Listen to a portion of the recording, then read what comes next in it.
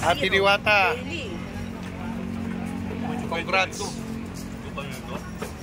Kahit hindi mo kami nilabas, okay lang sa amin. At least na-experience namin yung kainan mo, na-experience na namin yung Paris mo. Alam ko namang yung puso mo'y ginto kahit ganyan ang kulay mo. Kaya biniyahan ka ng napakaraming biyaya sa ating Panginoon. Ayan, yan guys, nakita nyo simot. Simot yung kinain namin. Umabsent pa talaga yan para lang matikman yung Paris mo. Kaya isang shout out naman para sa Barunda family at saka Kambunga family. Ayan si Papsi.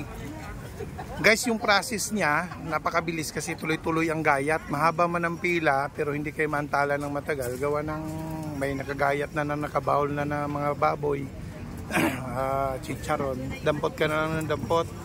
Tapos next station ka na, dito ka sa kanin. Tapos next sa sabaw. Tapos pinaka-last, soft drinks doon. Then dito ka na, hanap ka na ng lamisang kung saan ka po pwesto.